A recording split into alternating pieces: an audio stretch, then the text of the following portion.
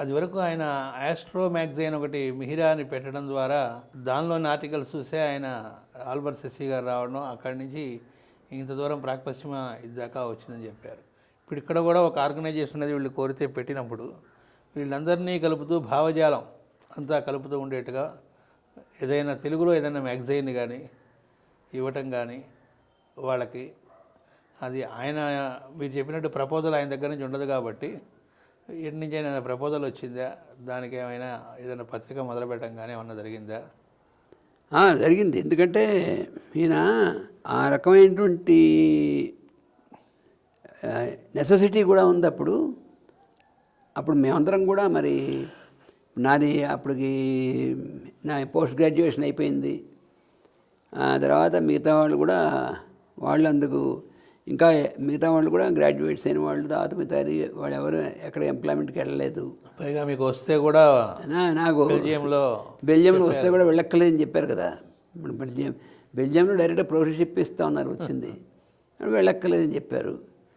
మరి ఇప్పుడు వీళ్ళందరికీ ఒక రకంగా ఎంప్లాయ్మెంట్లోనూ ఇచ్చారు. తర్వాత ఆర్గనైజేషన్ సంబంధించినటువంటిది ఒక పత్రిక అనేటువంటిది కూడా ఆవశ్యకత ఉంది.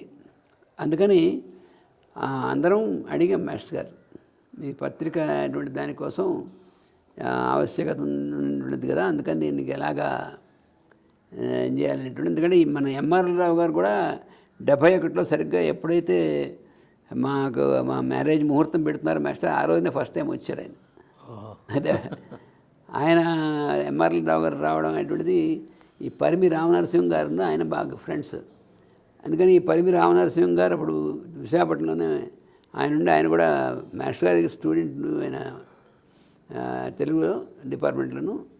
ఆ తర్వాత అక్కడ ఆయన కొన్ని సంవత్సరాలు ఉన్నాడు పిహెచ్డీ కోసం, వాటి కోసం.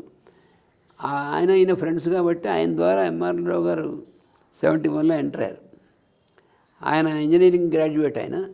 ఆయన ఎక్కడ ఎంప్లాయీ కాదు, కానీ అస్ట్రాలజీ వీటిలో బాగా అంతకుముందు కొంత స్టడీ చేసి కొంత ఇంట్రెస్ట్ ఉన్నటువంటి ఆయన. అందుకని ఆయన తమాషా ఒక రకంగా అంటే ఆయన తెలుస్తుంది, గురువుకి తెలుస్తుందిగా ఎవరెక్కడున్నాడు, ఎవడెప్పుడు రావాలి, ఎవరు రావాలంటే ఆయన గురువుకి తెలుస్తుంది, వాళ్ళకి తెలియదు కదా. అన్ని జన్మలలోనూ వాళ్ళు నడిపిస్తుంది వాళ్ళే, అన్ని జన్మలను నడిపిస్తున్నటువంటి వాళ్ళు కాబట్టి ఎవరు ఎప్పుడు రావాలో వారికి తెలుసు. అందుకని ఆ టైంకి రావడం అనేటువంటిది మా మ్యారేజ్కి ముహూర్తం పెడుతున్నటువంటి మాస్టర్ గారు, జీఎల్ శాస్త్రి గారు చూస్తూ మొత్తం ఆ టైంకి ఆయన ఎంటర్ అయ్యాడు.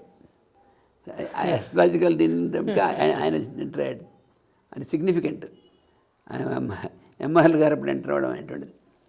అలాగా తర్వాత మన చివుకుల రవిశర్మ గారు ఉండేవారు. ఆయన దీంట్లో వర్క్ చేస్తూ ఉండేవారు, ఆంధ్ర యూనివర్సిటీ ఆడిట్, దీంట్లో ఎల్ఎఫ్ ఆడిట్లో పనిచేస్తూ ఉండేవారు. కానీ ఆయన కూడా మహాభారతం అనే ఆపోషన్ పట్టేసిన ఆయన పూర్తిగా.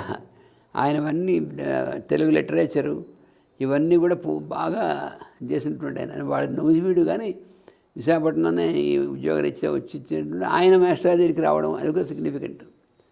ఆయన మాస్టర్ దగ్గరికి రావడం అంటే ఒక విచిత్రమైనటువంటి ఇది ఇంచుమించు ఈ సమయంలోనే. ఇది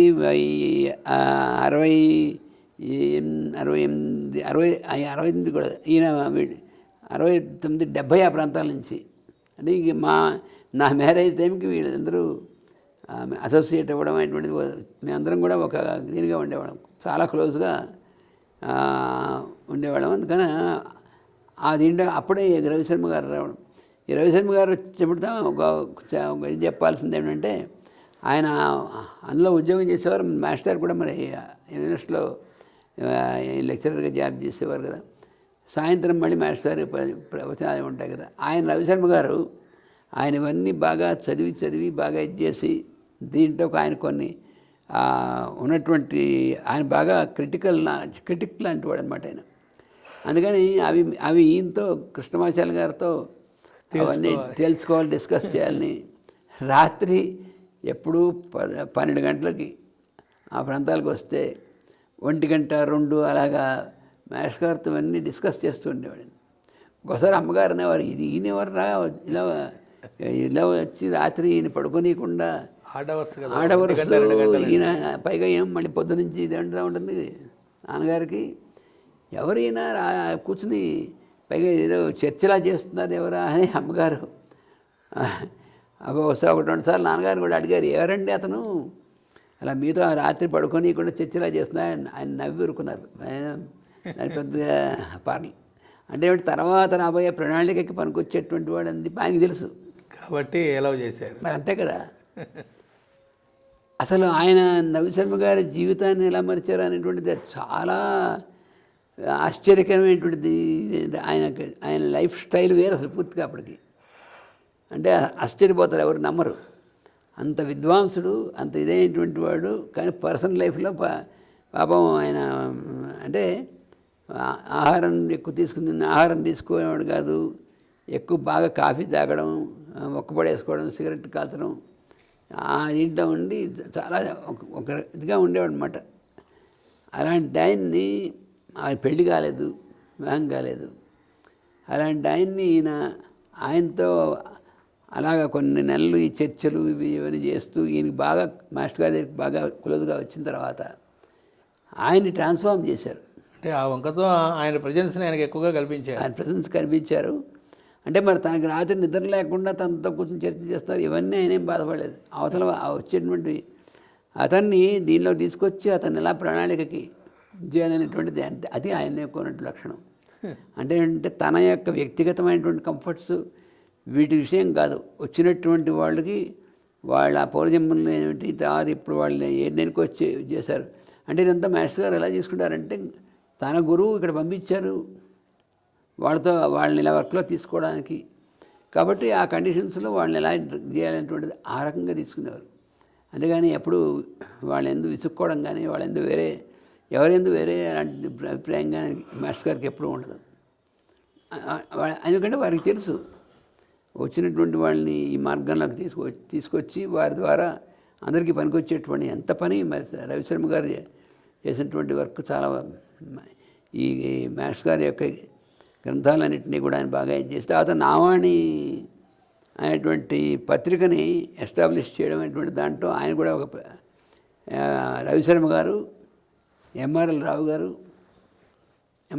గారు ఫస్ట్ మొట్టమొదటి ఎడిటర్గా పెట్టారు మాస్టర్ గారు. ఏ సంవత్సరంలో అండి ఇది ఏర్పడింది?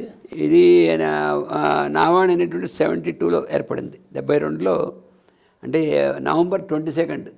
అది సిగ్నిఫికెంట్ అది. ఎందుకంటే మామూలుగా పత్రిక అంటే చాలా పత్రికలు ఒక మాసం మాసపత్రిక అంటే ఏమిటి, మాసం ప్రారంభం నుంచి ఉంటుంది. ఇది అలా కాకుండా జ్యోతిష్ శాస్త్ర ప్రకారంగా ప్రతి నెల 22వ తారీఖు అనేటువంటిది సూర్యుడు ఒక రాశి నుంచి ఇంకో రాశికి మారేటువంటి రోజుకి 21, 22 తారీఖులు అనేటువంటిది.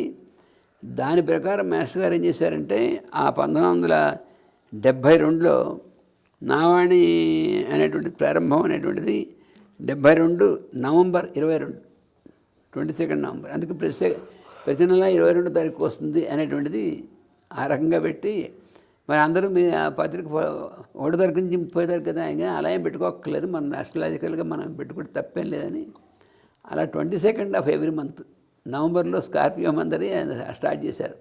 అది చాలా సిగ్నిఫికెంట్గా ఆయన స్టార్ట్ చేశారనమాట.